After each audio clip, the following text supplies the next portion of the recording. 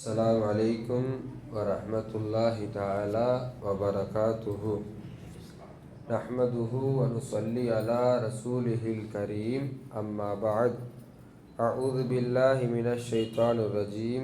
بسم الله الرحمن الرحيم. ضرب الله مثلا للذين كفروا امرأة نوح وامرأة لوط. صدق الله العظيم. அல்லாஹ்வின் கிருபையினால் இன்றைக்கு 28வது ஜுசு பாதியிலிருந்து 29வது ஜுசு பாதி வரை ஓதப்பட்டது. ஓதப்பட்ட வசனங்களிலிருந்து பேசக்கூடிய வழக்கத்தில் உள்ள நாம் இன்றைக்கு 28வது ஜுசுவுடைய கடைசி 3 வசனம், சூரத்து தஹரீம் உடைய கடைசி 3 வசனத்திலே அல்லாஹ் ஜல்ல ஷானு வ தஆலா 4 பெண்களை கூறுகிறான். 4 பெண்களை கூறி 2 பெண்கள் மாதிரி எல்லாரும் வாழணும் என்றும் 2 பெண்களை போன்று வாழவே கூடாது என்றும் அல்லாஹ் ஜல்ல ஷானு வ தஆலா திருக்குர்ஆனிலே கூறுகிறான். முதல்ல யாரை மாதிரி வாழக்கூடாதுன்றதை ஃபஸ்ட்டு சொல்கிறான். அதில் ரொம்ப முக்கியமானது யாருன்னா 2 பேரும் நபிமார்களுடைய மனைவி. யாரை பற்றி வாழக்கூடாதுன்னு சொல்கிறோம், யாரோ ஒரு பெண்மணியாக இருப்பாங்களோன்னு நம்ம நினச்சா, நான் 2 நபியுடைய ரொம்ப பிரபல்யமாக இருக்கக்கூடிய 2 நபிமார்களுடைய மனைவி, அவங்கள மாதிரி யாரும் இருந்துடாதீங்க அப்படின்னு அல்லாஹ் தஆலா சொல்கிறான். வரபல்லாஹு மஸலன் லில்லதீன கஃபரு இம்ரஅத நூஹின் வம்ரஅத லூத். லூத் அலைஹிஸ்ஸலாம் அவருடைய மனைவி, நூ அலைஹிஸ்ஸலாம் அவருடைய மனைவி, 2 பேரையும் அல்லாஹ் என்ன சொல்கிறான்னா, கானதா தஹ்த அப்தைனி மின் இபாதின ஸாலிஹீன், என்னுடைய சாலிஹான 2 அடியார்களோடு இருந்தார்கள். சாலிஹான 2 நபிமார்களுக்கு மனைவியாக இருந்தார்கள். ஆனால் ஃபகானதஹுமா, அந்த 2 நபிமார்களுக்கும் அந்த 2 மனைவியும் மோசம் செஞ்சிட்டாங்கன்னு சொல்கிறான். அதனால் அந்த நபிமார்களுடைய மனைவி மாதிரி இருக்காதீங்க. என்ன மோசம் செஞ்சிட்டாங்க அப்படின்னா, நூ அலைஹிஸ்ஸலாம் அவர்களை எல்லாரும் மறுக்கும் பொழுது சப்போர்ட்டுக்கு யார் இருந்திருக்கணும்னா மனைவி தான் இருந்திருக்கணும். ஆனால் ஒரு சில முஸ்லீம்கள் ஈமான் கொண்டவர்கள் அவர்களே சப்போர்ட்டுக்கு இருக்கும் பொழுது சொந்த மனைவியான நூ அலைஹிஸ்ஸலாமுடைய மனைவி சப்போர்ட்டுக்கு இல்லை. சப்போர்ட்டுக்கு இல்லைன்றது மட்டுமா இல்லாமல் நூ அலைஹிஸ்ஸலாம் வீட்டில் என்னென்ன நடக்குதுன்றது எல்லாத்தையும் அந்த அம்மா வெளியே சொல்லிடுறது. நூன்றவர் கப்பலை கட்டுறாரு, அது செய்கிறாரு, இது செய்கிறாருன்னு சொல்லி வீட்டில் இருக்கக்கூடிய கணவருடைய ரகசியங்களை எல்லாம் பகிரங்கப்படுத்தினால் அந்த பெண். அதே மாதிரி தான் லூத் அலைஹிஸ்ஸலாம் அவருடைய மனைவியும். லூத் அலைஹிஸ்ஸலாம் அவங்களுடைய கூட்டம் தெரியும், ஓரின சேர்க்கை என்ற ஒரு தவறான பழக்கத்திற்கு அடிமையாக இருந்த அந்த கூட்டம். அந்த கூட்டத்திற்கு பல்வேறு நேரங்களில் உதவி செஞ்சது யாருன்னா லூத் அலைஹிஸ்ஸலாம் அவருடைய மனைவி. இவங்க என்னென்ன பண்ணுறாங்க, லூத் அலைஹிஸ்ஸலாம் வீட்டில் என்னென்ன செய்கிறாங்க, யார் கூட பழகிறாங்க, என்ன பண்ணுறாங்க அப்படின்ற எல்லா செய்தியும் அந்த அம்மா ஊரில் பூரா சொல்லிடுறது. இதனால் இவங்க 2 நபிமார்களுக்கும் தினந்தோறும் மனைவியால் ஏற்பட்ட பிரச்சனை. அதனால் அல்லாஹ் தஆலா சொல்கிறான், இந்த 2 பேரை போன்று இருக்காதீங்க அப்படின்னு சொல்லி எல்லாருக்கும் ஒரு உதாரணத்தை சொல்கிறான். அடுத்த வசனத்தில் சொல்லலாம், வரபல்லாஹு மஸலன் லில்லதீன ஆமனு இம்ரஅத ஃபிர்அவுன். ஃபிர்அவுனுடைய மனைவியான ஆசியா அம்மா அவர்களை ஒரு உதாரணத்தை காட்டான். அடுத்து 2வது வசனத்தில் மரியம் அம்மாவை உதாரணத்தில் காட்டுறான். இந்த 2 பெண்களை மாதிரி இருக்கணும் அப்படின்னு சொல்கிறான். ஏன்னா ஃபிர்அவுனுடைய மனைவி நம்ம வாழக்கூடாதுன்னு அல்லாஹ் யாரை சொல்கிறானோ இந்த மாதிரி அவங்க 2 பேரும் நபிமார்களுடைய மனைவி. யாரை மாதிரி இருக்கணும்னு சொல்கிறானோ அது யார்? உலகத்தில் மிகப்பெரிய கொடுங்கோலனாக நம்ம சொல்லிட்டு இருக்கிற ஃபிரௌனுடைய மனைவி. ஃபிரௌனுடைய மனைவி ஆசியா மாதிரி இருக்கணும் அப்படின்னு அல்லாஹ் தஆலா சொல்கிறான். ஏன் ஃபிரௌனுடைய மனைவியை பற்றி சொல்லப்படுகிறது என்றால், ஊரெல்லாம் அவனை கடவுள் என்று கூறுகிறது, நான் தான் பெரிய கடவுள் என்று அவன் கூறிக்கொண்டான். ஆனால் அந்த ஃபிரௌன்கிட்டே போயிட்டு நீ ரப்பு இல்லை, அல்லாஹ் தான் ரப்புன்னு சொன்ன பெண்மணி அந்த ஆசியா அம்மா. அவ்வளோ பெரிய தைரியமானவங்க. ஹஜ்ரத் மூசா அலைஹிஸ்ஸலாம் மற்றும் அவருடைய சகோதரரான ஹாரூன் அலைஹிஸ்ஸலாம் 2 பேரையும் அல்லாஹ் தஆலா சொல்கிறான், ஃபிரௌன் இடத்துல போங்க, இத்ஹபா இலா ஃபிரௌன இன்னஹு தகா, ஃபிரௌன்கிட்ட போயிட்டு நீங்கள் தீனை எட்டுவீங்கன்னு சொல்கிறான். அல்லாஹ் ஒருவன் தான், ஏன்னா ஃபிரௌன் நான் தான் பெரிய கடவுள்னு சொல்லிட்டு சுற்றிட்டு இருக்கிறான். அப்போது ஃபிரௌன் இடத்துல பேசுவதற்கு மூசா அலைஹிஸ்ஸலாம் அவர்களும் அவருடைய சகோதரரான ஹாரூன் அலைஹிஸ்ஸலாம் அவர்களும் ரொம்ப நாளாக வெயிட் பண்ணுறாங்க. அப்பாயின்மெண்ட் கிடைக்கல. அவன் தான் பெரிய அரசனாச்சு, அப்பாயின்மெண்ட் கிடைக்கல. 2 வருஷம் அப்பாயின்மெண்ட் கிடைக்கல, 2 வருஷம். அப்போது ஒரு இடத்துல ஒரு நாள் என்ன பண்ணுறாங்க, ஒருத்தங்கிட்ட சொல்லி இந்த அரசவையில் வெளியே இருக்கக்கூடிய ஒரு ஆள்கிட்ட சொல்லி கொஞ்சம் ஃபிரௌன்கிட்ட பேசணும் அப்படின்ற மாதிரி ஒரு அப்பாயின்மெண்ட் ஃபிக்ஸ் பண்ணுறாங்க. யாரை வச்சு ஃபிக்ஸ் பண்ணுறாங்கன்னா, ஃபிரௌன் இடத்துல அவன் அரசனுன்றனால அரசர் இடத்துல தெரியும் கவிதை சொல்கிறதுக்கு நிறைய பேர் இருப்பாங்க, அரசரை மகிழ்விப்பதற்கு நிறைய பேர் இருப்பாங்க, விரிசீர் விடுறதுக்கு நிறைய இந்த மாதிரி நிறைய பேர் இருப்பாங்கல்ல. அதில் ஃபிரௌனை சிரிக்கி வைப்பதற்குன்னு ஒருத்தர் இருப்பான். அவனுடைய வேலையே என்னன்னா, ஃபிரௌன் இடத்துல ஏதாச்சும் ஒரு நகைச்சுவை சொல்லிக்கிட்டு அவனை சிரிக்க வைக்கணும். ஒரு நாள் இந்த மாதிரி சொல்கிறான், இந்த மாதிரி வெளியே ஒருத்தர் இருக்கிறாங்க, 2 பேர் வந்திருக்கிறாங்களே, உங்களை பார்க்கணும் அப்படின்னு சொல்கிறான். சொல்லும்போது யார், என்ன செய்தி? இல்லை, நீ கடவுள் இல்லை, நீங்கள் கடவுள் இல்லை, அல்லாஹ் ஒருத்தன் கடவுள் தான் அப்படின்னு சொல்லி ஒரு விஷயத்தை உங்கள்கிட்ட சொல்ல வராங்க. உடனே ஃபிரௌனுக்கு கோபம் வந்துடுச்சு. இத்தனை நாள் என்னை எப்பவுமே சிரிக்க தானே வைப்பேன், இன்னைக்கு என்ன என்னை கோபப்படுத்திட்டு அவளை வர சொல்லு அப்படின்னு சொல்லி. அதுக்கப்புறம் மூசா அலைஹிஸ்ஸலாம் அவர்களும் ஹாரூன் அலைஹிஸ்ஸலாம் அவர்களும் வருகிறார்கள். வந்து சொல்கிறார்கள், நீ கடவுள் இல்லை, அல்லாஹ் ஒருவன் தான் கடவுள், அவனுக்கு பிள்ளைகள் இல்லை, யாராலும் பெறப்படவும் இல்லை அப்படின்னு சொல்லி அல்லாஹ்வை பற்றியான தன்மைகள், அல்லாஹ்வுக்கு பசி இல்லை, தூக்கம், இந்த மாதிரி நிறைய அல்லாஹ்வுடைய தன்மைகள் எல்லாம் சொல்லிட்டு இருக்காங்க. ஃபிரௌன் இதை ஏற்றுக்கல மறுத்துட்டான் ஒன்று. ஆனால் இதை ஆசியா அம்மா கேட்டுட்டாங்க.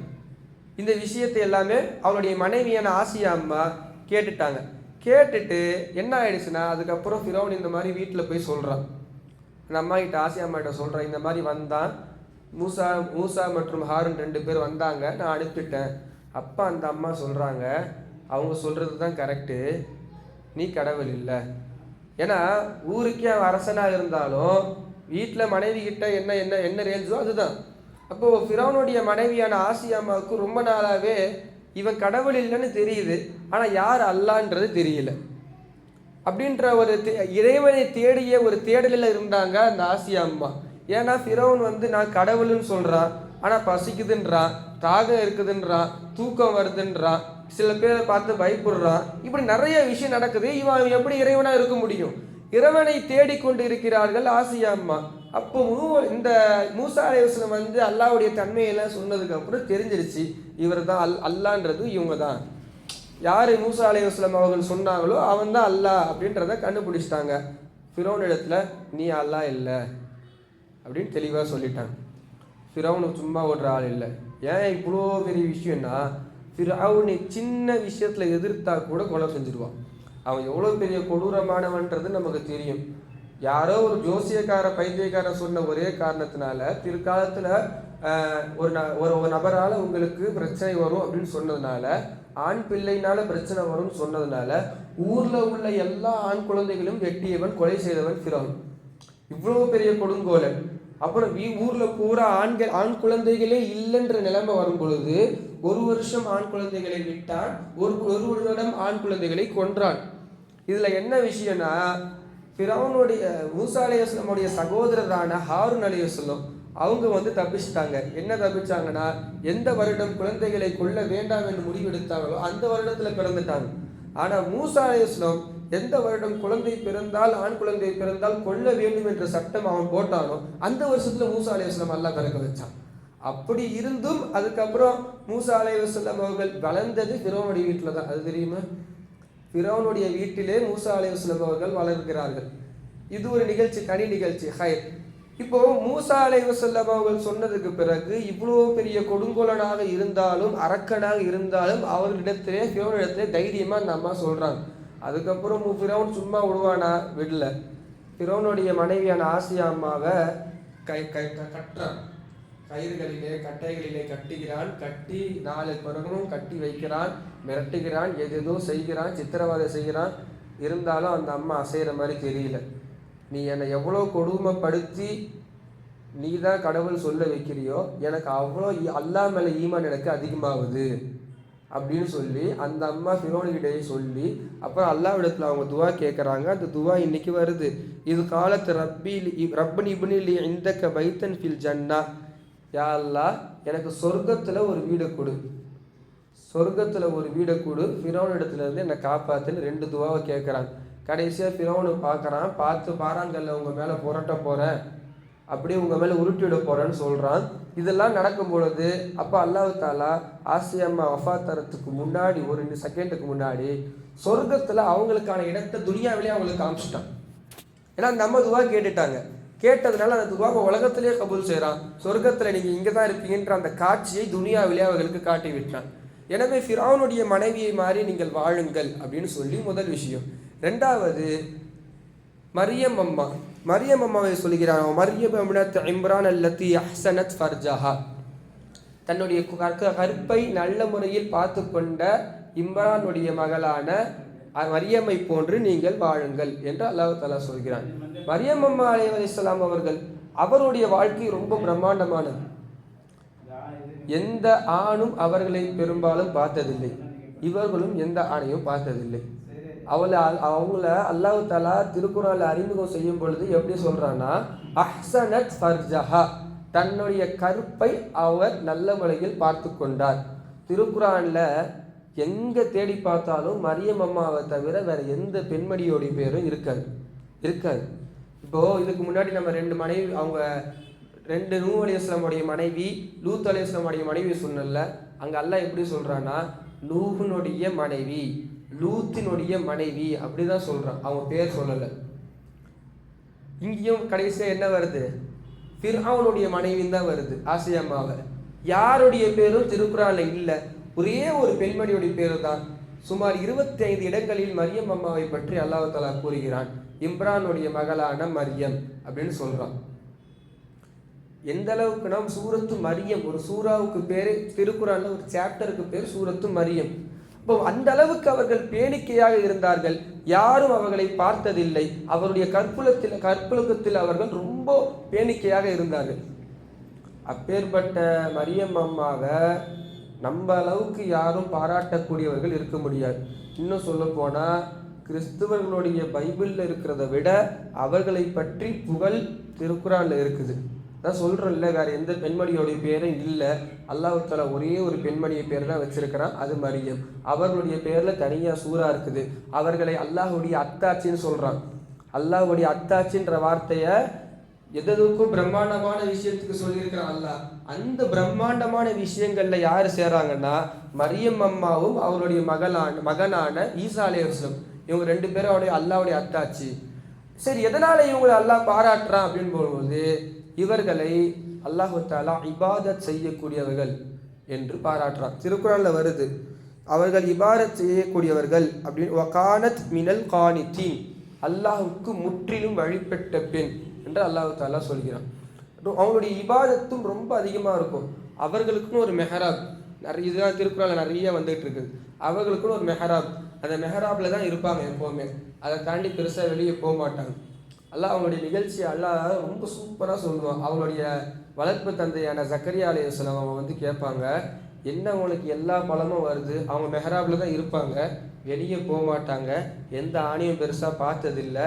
அப்படின்ற போது இருக்கும் பொழுதும் எல்லா பழமும் அவங்களுடைய மெஹராபில் எப்போவுமே இருக்கும்.